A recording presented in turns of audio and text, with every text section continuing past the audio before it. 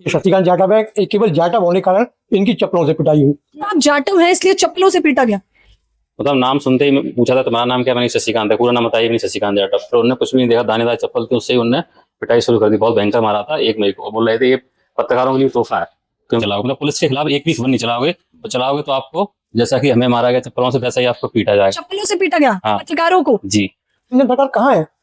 आप बताओ ना, पत्रकारों को न्याय नहीं। आज 6 महीने हो गए उस पुलिस अधीक्षक के खिलाफ, ना तो मुख्यमंत्री बोल रहा है, ना डीजीपी बोल रहा है, कोई नहीं बोल रहा है। सब लोग एकदम चुप्पी मारे बैठे, कोई कार्रवाई नहीं हुई आज तक। हम दलित थे तभी तो मुझे मारा, तो फिर मैंने भी तो बोल दिया भाई आप मान लो भाई क्या बात है, हम तो दलित तो सदियों से पिटाए, आपने पीट के कौन सा नया काम कर दिया। और रही बात है फर्जी एफआईआर की, तो हम डरेंगे नहीं, आपको काटना काटते हैं, हम तो सच दिखाते हैं, हम दिखाते रहेंगे। खुद एसपी साहब ने खुद उस दिन कहा था बैठ के, जब ऑफिस में 1 मई को, कि अगर पुलिस के खिलाफ आप करोगे, पुलिस के खिलाफ कोई भी कार्रवाई करोगे तो हम आपको छोड़ेंगे नहीं। इतने विभाग हैं, आप किसी के खिलाफ देखो। आप खबर चलाओगे तो ऐसा ही भुगतना पड़ेगा। तो हमने सच तो दिखाना तो हमारा काम है, और सच तो हम दिखाएंगे, फिर खामियाजा कितना ही भुगतना पड़े। तो इतना बोलने के बाद फिर झूठी झूठी एफआईआर हो गई मेरे ऊपर, फर्जी आवेदन। कि उसके बाद एकदम सीधे गाली देते हैं, गाली देने के बाद पिटाई करते हैं मेरी, जहाँ पर उन्होंने मार पीट की। ये एफआईआर भी ठोकी गई हमारे ऊपर। ये सारा मामला भी ग्वालियर के हाईकोर्ट में चल रहा है, जहाँ से हमें सुरक्षा मिली, इसीलिए हम लोग अभी घूम रहे हैं, नहीं तो अभी जेल में हम भी होते। नमस्कार, मैं ज्योति यादव और आप देख रहे हैं हिंद समाचार।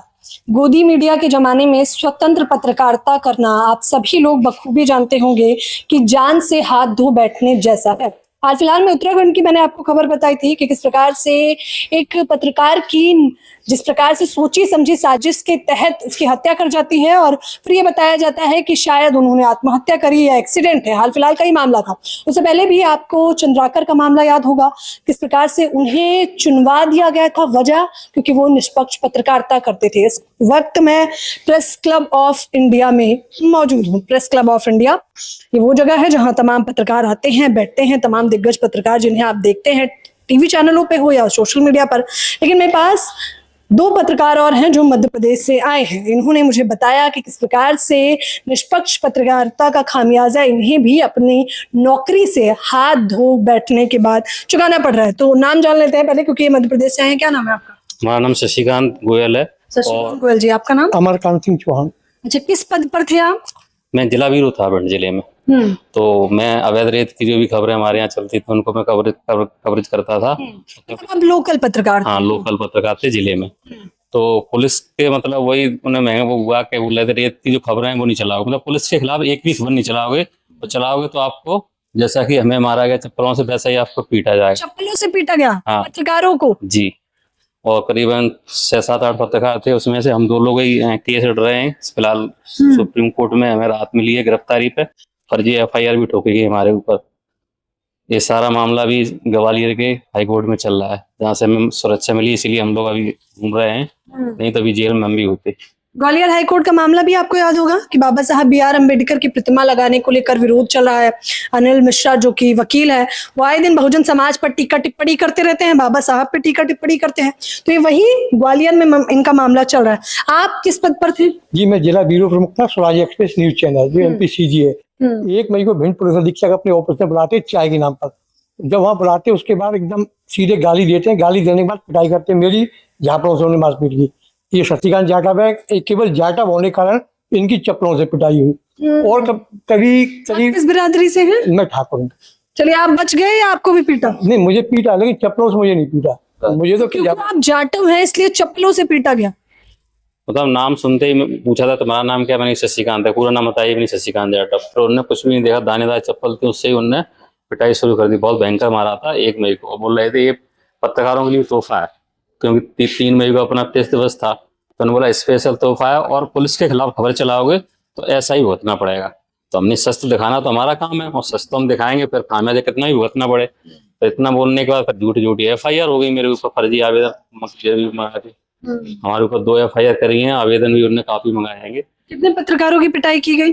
आधा दर्जन से अधिक पत्रकार थे। ऐसा क्या दिखा दिया था आपने कि जो है सरकार में या प्रशासन में बौखलाहट होगी? हमारे यहाँ क्या है, माइनिंग का वो नहीं है, टेंडर नहीं है, अवैध रूप से खनन होता है। अवैध रूप से नदी होती है, तो वहां से अवैध रूप से रेत निकलता है, तो हम लोग उसकी कवरेज करके खबरें छापते थे। तो वहां पे करोड़ों रुपए का रेत निकलता है हमारे यहाँ पे। उस दिन करीबन एक दर्जन थानेदार वहां मौजूद थे, एसपी सभी लोग थे। तो सभी इस चीज बुलाया गया उन लोगों को, हमारा पीटा सभी ने मारा, सभी ने गालियां दी। आपने कोई मामला दर्ज नहीं करवाया, कोर्ट नहीं पहुंचे? मैंने सभी जगह मामला किया है, press of council of India में आवेदन दिया, वहाँ भी कार्रवाई के लिए, एनआरसी में भी दिया है और सुप्रीम कोर्ट से राहत मिली है, इसीलिए कभी कोई अभी तक कोई गिरफ्तारी नहीं हुई है और फिलहाल अभी आगे मामला कोर्ट में चल रहा है। क्या आपको जाति सूचक शब्द भी बोले गए? हाँ, जाति सूचक बोल रहे थे कि ऐसा जाटअप सुन के तुरंत ही मार रहे थे, तो क्या है, हम दलित थे तभी तो मुझे मारा। तो फिर मैंने भी तो बोल दिया भाई आप मान लो भाई क्या बात है, हम तो दलित तो सदियों से पिटा है, आपने पीट के कौन सा नया काम कर दिया। और रही बात है फर्जी FIR की, तो हम डरेंगे नहीं, आपको काटना काट देना, हम तो सच दिखाते हैं, दिखाते रहेंगे चाहे कुछ भी हो जाए बस। फिर इसके बाद वो FIR काफी काट दी गई। बताइए, आपने मतलब जमीनी स्तर की, क्या ऐसा तो नहीं कुछ गड़बड़ घोटाला दिखा दिया हो आपने? हाँ, सबसे ये भी बड़ा- होता है कि लोग आरोप लगाते हैं कि मीडिया गलत खबर दिखा रहा है। गलत खबर वहाँ अब जो माइनिंग का खेल चलता है, कभी आप कोई भी मीडिया या देखे भिंड जिले में कभी अभी माइनिंग का कोई ठेका नहीं है। उसके बाद दिन में आप करीब देख सकते हैं 1000-1500 ट्रक ट्रैक्टर निकलते हैं अवैध भर के। जब वो निकलते हैं तो किसके निकलते हैं? थानों के सामने से निकलते हैं। सबसे बड़ी बात यह है कि भिंड में जो पुलिस अधीक्षक कार्यालय, कलेक्ट्रेट कार्यालय है, उसके सामने से ओवरलोड निकलते हैं और अवैध निकलते हैं, उसकी पकड़े नहीं जाते। तो उसको जब दिखाते थे उस खबर से खिसियाकर भिंड पुलिस अधीक्षक ने ये किया, क्योंकि अब हाईकोर्ट में मामला चल रहा है, हाईकोर्ट ने हमें राहत दी है, सुप्रीम कोर्ट ने दी है, सुप्रीम कोर्ट गया, सुप्रीम कोर्ट से वहाँ। लेकिन सबसे बड़ी बात यह कि उस राहत के बाद आज 6 महीने से हम लोग अपने घर पे नहीं पहुंचे, क्योंकि पुलिस अधीक्षक वहीं है अभी, उनके खिलाफ मध्य प्रदेश शासन सरकार ने कुछ नहीं किया। भिंड पुलिस अधीक्षक वहीं है, जिसके कारण क्योंकि हम जाएंगे तो कुछ ना कुछ उल्टी सीधी हमारे खिलाफ कार्रवाई करेंगे, इसलिए हम लोग अभी भी भिंड नहीं पहुंचे। मतलब आप बतौर पत्रकार अपने परिवार से दूर हैं, फरार चल रहे हैं? 6 महीने से मतलब बूढ़े माँ बाप हैं, करीब भाई 78 साल की माँ, पिताजी 80 साल के हैं, उनकी देख रेख करेंगे। भाई बच्चे की बहू है, बच्चे भी अलग अलग हैं, मतलब कोई भी हम घर का क्या हो रहा हमें नहीं मालूम। अब कैसे खर्चा चल रहा हम लोगों का, उधार ले लेके क्या कर रहे हैं हम। 6 महीने जो आदमी को खाना खाने को नहीं हो तो क्या करेगा आप बताइए। आप इससे बड़ी डबल इंजन सरकार, डबल इंजन सरकार कहाँ है? आप बताओ ना, पत्रकारों को न्याय नहीं। आज 6 महीने हो गए उस पुलिस अधीक्षक के खिलाफ, न तो मुख्यमंत्री बोल रहा है, ना DGP बोल रहा है, कोई नहीं बोल रहा। सब लोग एकदम चुप्पी मारे बैठे, कोई कार्रवाई नहीं हुआ आज तक। जबकि DG को भी आवेदन दिया, CM को भी दिया, मानवाधिकार आयोग बराबर उन्होंने रिमाइंडर दे रहा। आपका चैनल सोशल मीडिया का था? नहीं, हमारा MPCG था, मध्य प्रदेश का स्वराज एक्सप्रेस। चैनल की तरफ से आपको मदद नहीं मिलेगी? चैनल ने उन्होंने नौकरी से निकाल दिया। जैसे उन्होंने मुकदमा 1 तारीख को घटना होती है, हमारे ऊपर 27 तारीख को मामला कायम होता है, 27 मई को, क्योंकि हमने शिकायतें की थी 27 मई को। उसके बाद 9 तारीख को जब माननीय सुप्रीम कोर्ट हमें राहत देते हैं, 10 तारीख को जो FIR और काट देते हैं वो। ये खेल है पूरा। 6 महीने से किसी ने समर्थन नहीं कोई किया? समर्थन नहीं, मुख्यमंत्री तो कुछ बोल ही नहीं रहे, न DGP कुछ बोल रहा, कोई कुछ नहीं करा। डबल इंजन की सरकार, डबल इंजन की सरकार, ये डबल इंजन की सरकार है। पत्रकारों का ये शोषण हो रहा है, ये आपको देखने को मिलेगा भिंड जिले में।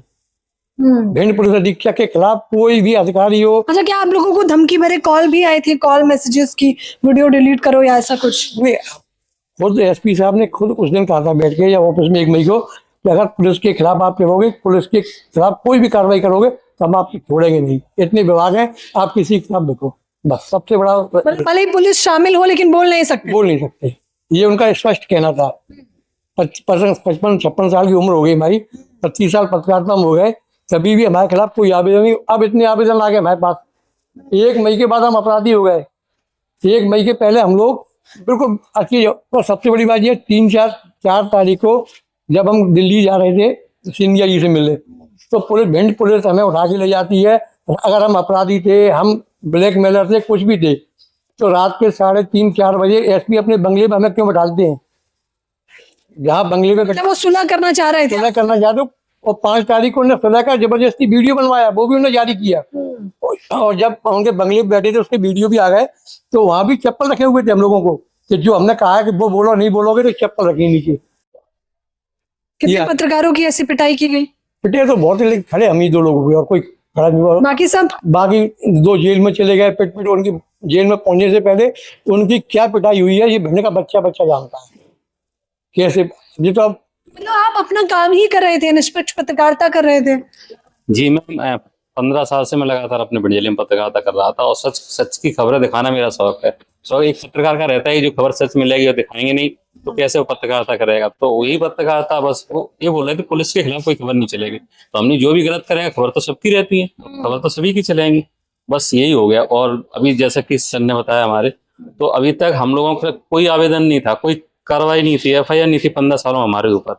तो एकदम वो आवेदन आज ने कहाँ से कैसे आ जाते हैं और उसमें FIR ठुक जाती है। हमें तो बाद में पता चला जब हम लोग यहाँ आवेदन दे रहे थे। मतलब सीधे सीधे पत्रकारिता का गला घोंटा जा रहा है। सबसे बड़ी बात ये, अगर प्रेस क्लब ऑफ इंडिया खड़ी नहीं होती, क्योंकि हमारा पूरा काम प्रेस क्लब ऑफ इंडिया ने हमारी सहायता की है। क्या यहाँ से हमारी ये वकील रखी जो हुई है, प्रेस क्लब ऑफ इंडिया का जो सहयोग रहा है वो शायद है कि भारत के किसी भी हमें संघ ने सपोर्ट नहीं किया जो प्रेस क्लब ऑफ इंडिया ने किया। प्रेस, हमारी लड़ाई पूरी प्रेस क्लब ऑफ इंडिया लड़ी है, उनके आभारी हैं इस बात के, क्योंकि हम लोगों की ताकत नहीं थी। गला घोंटा जा रहा है पत्रकारिता का, इसमें कोई दो राय नहीं।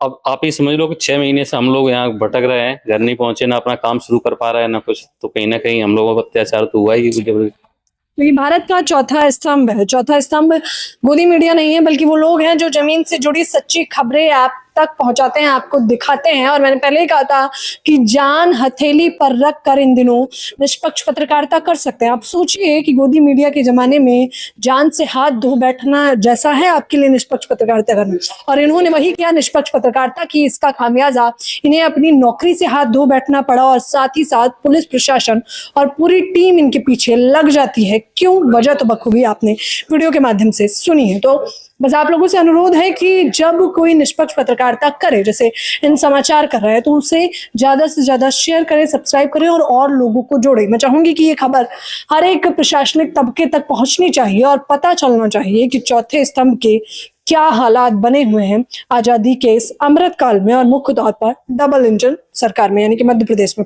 फिलहाल इस खबर के बारे में आप लोग मुझे अपनी राय जरूर दें। कैमरामैन नावेद के साथ ज्योति यादव, हिंद समाचार।